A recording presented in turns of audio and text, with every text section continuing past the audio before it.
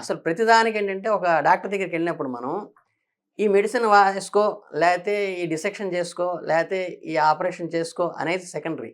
First disease ఎందుకు start అయింది? దానికి మూల కారణం ఏంటి? అని కొంచెం లోపలికెళ్తే ఏంటంటే, మనకి ఎన్నో గోశాలలున్నాయి ఆంధ్రప్రదేశ్ మొత్తంలో. చాలా చోట్ల అంటే కొంచెం చెప్పడానికి బాధాకరంగా ఉంటుంది గానీ, వాటిని సంరక్షించేవాళ్ళు లేక, దానికి పోషించేవాళ్ళు లేక, ఆ గోశాలల్ని మేము మేము ఎవరికైనా కావాలంటే ఇచ్చేస్తామండి అనేటువంటి స్టేట్మెంట్స్ కూడా అప్పుడప్పుడు వాట్సాపుల్లో చూసి బాధ కలిగింది. మనకి ఆయనకి తక్కువేం లేదు. ఇప్పుడు మీకు గవర్నమెంట్ లోటు బడ్జెట్ లాగా స్వామివారి సొమ్ము మనం తినాల్సింది తప్పితే ఆయనకి మనం రూపాయి పెట్టాల్సిన అవసరం లేదు. కొన్ని వందల కోట్లు అయాచితంగా హుండీ ఓపెన్ చేస్తే వస్తున్నాయి. కనుక ఆయనకు అంతున్నప్పుడు పూర్వం ఏం చేసేవాళ్ళం, ప్రతి గుడికి మనం ఇవి స్పాన్సర్ చేసేవాళ్ళం, మైక్ సెట్ స్పాన్సర్ చేసేవాళ్ళం. అట్లాగే స్వామివారి సబ్సిడీ కింద గొడుగులు ఇచ్చేవాళ్ళం. అలాగే చక్కగా టీటీడీ దేవస్థానం నుంచి శుభ్రంగా ఎక్కడెక్కడైతే గోశాలలు ఇబ్బందికరంగా ఉన్నాయో వాళ్ళన్నింటినీ కూడా తీసుకొచ్చి అక్కడ ప్లేస్ తీసుకుని తిరుమల సంస్థానం కింద శుభ్రంగా అవన్నీ గోవుల్ని సంరక్షించి, ఇంకోటి ఏంటంటే మనకేవో చెప్తున్నారు, ఏదో ఒక ₹1,00,000 కడితే రోజంతా కూర్చోబెడతారు, ₹1,00,00,000 కడితే ఇట్లా పెడుతున్నారు కదా సేవలు. అలాగే గో సంరక్షణకు కూడా ఏదైనా సేవ పెట్టేసి ఒక గోవుని ఇంత కాస్ట్ అవుతుంది, దాన్ని దానం చేయకున్న వాళ్ళకి ఇలా మనకి మీరు డొనేషన్ కడితే మీ తరఫున ఒక గోవుని అక్కడ కొని మీకు ఆ ప్రత్యేక దర్శనం ఇస్తాము, శాలువా కప్పుతాము, లేకపోతే మన కళ్యాణం లడ్డు ఇచ్చినట్టుగా అలా పెడితే మీరు అసలు కష్టపడక్కర్లా, జస్ట్ అనౌన్స్ చేసి కూర్చుంటే మీకు 1,00,000 ఏంటి 2,00,000 గోవులైనా వచ్చేస్తాయి. అంటే ఏంటంటే దానికి రెమెడీ ఏంటి చేయాలి. ఇది ఇంకోటి ఏంటంటే, ఇప్పుడు మా అమ్మని నేను జాగ్రత్తగా చూసుకున్నట్టుగా, మా పిల్లవాడిని నేను జాగ్రత్తగా చూసుకున్నట్టుగా పక్క వాళ్ళు చూసుకోరు, వాళ్ళకేం అవసరం ఉండదు. కాబట్టి చర్చికైనా అదే రూలు, మసీదుకైనా అదే రూలు, హైందవ దేవాలయానికైనా దాన్ని నమ్మేవాళ్ళు, దాన్ని గౌరవించేవాళ్ళు, దాన్ని పవిత్రంగా చూసుకునే వాళ్ళని పెడితే అది సెట్ అవుతుంది. కనుక ఏంటంటే ఇప్పుడు మీకు ఏవో మద్రసాలకు ఏవో వర్క్ బోర్డులు ఏవో ఉన్నాయి కదా, అలాగే మరి ఏదో మన ఉప ముఖ్యమంత్రి గారు ఏదో ప్రకటన ఇచ్చినట్టున్నారు, అలా ఏదైనా పెట్టేసేసి హైందవ దేవాలయానికి సంరక్షణ కమిటీ హైందవులే చూసుకోవాలి, గవర్నమెంట్ ఇన్వాల్వ్ అవ్వడానికి సంబంధం లేదు.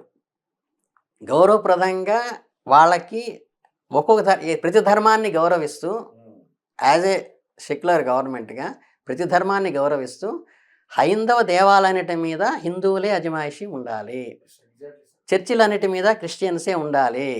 ఒక బ్రాహ్మడు వెళ్ళి నేను చర్చిని అజమాయిషి చేస్తాను, లేకపోతే మసీదుని నేను కంట్రోల్ చేస్తానంటే కుదరదు. మసీదులన్నిటి మీద వాళ్ళ మతాన్ని గౌరవించే ఉండాలి, చర్చిలన్నిటికీ వాళ్ళ మతాన్ని గౌరవించే ఉండాలి, హైందువులందరికీ వాళ్ళ మతాన్ని గౌరవించే వాళ్ళని అక్కడ పెడితే దానికి ప్రత్యేక ప్రతిపత్తి కల్పిస్తే మనకి ఆటోమేటిక్గా ఏంటంటే సమస్య మూలం అక్కడి నుంచి వచ్చేస్తుంది. అప్పుడు ఈ టోటల్ సమస్యకి మనం ఎక్కడో లేదు, చక్కగా దానికి ఇప్పుడు మనకి పరకామణికి వస్తున్నారు సేవకి, చక్కగా వస్తున్నారు. అట్లాగే సంకీర్తన 7 రోజులు సప్తాహం చేయడానికి వస్తున్నారు, క్యూలైన సర్దడానికి వస్తున్నారు, వంటశాలలో వంగమాంబ వంటశాలలో వడ్డించడానికి వస్తున్నారు. అలాగే మీరు గోశాల పెడితే ఇంకో కొన్ని వేల మందికి చేసినట్టు, అంటే గోసేవ చేసుకుంటే తరిస్తామని చాలా మంది చెప్తుంటారు, మేము కూడా చాలా వీడియోలో చెప్తుంటాం. చక్కగా స్వామివారి సన్నిధిలో ఉన్నటువంటి గోశాల అఫీషియల్గా మన సంస్థానంలో ఉన్న గోశాలకి సేవ చేసుకోండి అంటే శుభ్రంగా 100 మంది వాలంటీర్స్గా వచ్చేసి సేవ చేయడానికి సిద్ధంగా ఉన్నారు. దానికి ఒక వెటర్నరీ డాక్టర్ని పెట్టుకోండి కొంతమందిని, దానికి టెక్నికల్ టీం ఒకటి పెట్టుకోండి, అర్థమైందా? కొన్ని పోస్టులు ఇచ్చిన వాళ్ళు కూడా అవుతాం మన గవర్నమెంట్ తరఫున. ఏంటంటే మనకి గవర్నమెంట్ వెటర్నరీ సర్జన్స్ కానీ ఇవన్నీ ఉంటారు కదా, వాళ్ళని చక్కగా వాళ్ళని పెట్టుకోండి బోళ్ళంత మందిని. చాలా ఒక రోల్ మోడల్ కింద పూర్వం గోవులు సంపదని పోషించినప్పుడు ఉన్న దేశానికి గౌరవ మర్యాదలు కానీ, అప్పుడున్న ఆరోగ్యాలు కానీ, అప్పుడున్న ఆధ్యాత్మికత కానీ ఇప్పుడు లేకపోవడానికి ఏంటంటే అది కూడా ఒక ప్రధాన కారణం.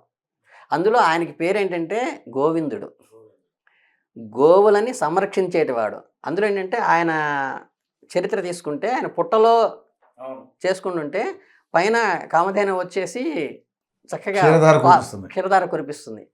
అంటే ఏంటంటే అసలు ఆ వెంకటేశ్వర స్వామి ప్రశస్తంలోనే అది ఉంది కాబట్టి చక్కగా మనకి ఏ ప్రభుత్వం అనేది సమస్య కాదు. కానీ ఇప్పుడు ప్రజెంట్ ఉన్న ప్రభుత్వం హైందవానికి అనుకూలంగా ఉంది కాబట్టి చక్కగా అక్కడ ఒక గో సంరక్షణ శాలని ఒకటి పెట్టేసి దానికి ఒక స్కీమ్ తయారు చేసి దాని కనుక మీరు కనుక డొనేషన్ అసలు చక్కగా మనకి ఇటు అన్నప్రసాదానికి పెరుగు వస్తుంది, క్యూ లైన్ లో ఉన్న వాళ్ళకి చక్కగా ఇవి మజ్జిగ వస్తుంది.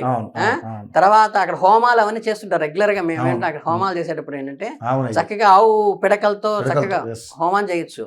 తర్వాత ఆవు పంచితంతో చాలా ఆయుర్వేదిక్ గా ఇప్పుడు దాని మీద పెద్ద పెద్ద కళ్ళు దానికోసం ప్రత్యేకంగా తయారు చేసి మోటివేట్ బ్రహ్మాండంగా చేస్తున్నాయి. అలాంటివన్నీ చేసుకోవచ్చు. అగరబత్తులు కానీ అన్ని కూడా ఇప్పుడు మనకి ఏం చేశారు, అగరబత్తులు ఎక్కడి నుంచి వస్తున్నాయి, స్వామివారికి అలంకరించి నిర్మాల్యం తీస్తాం కదా పూలలోంచి, దానిలో ఇంగ్రీడియంట్స్ అనేసి అగరబత్తులు చేస్తున్నారు, అక్కడ అమ్ముతున్నారు. అలాగే మీకు ఎక్కడా కూడా స్వామివారికి ఎవరెవరు అక్కడ అసలు ఆయనకి డబ్బుకి కొరవలేదు.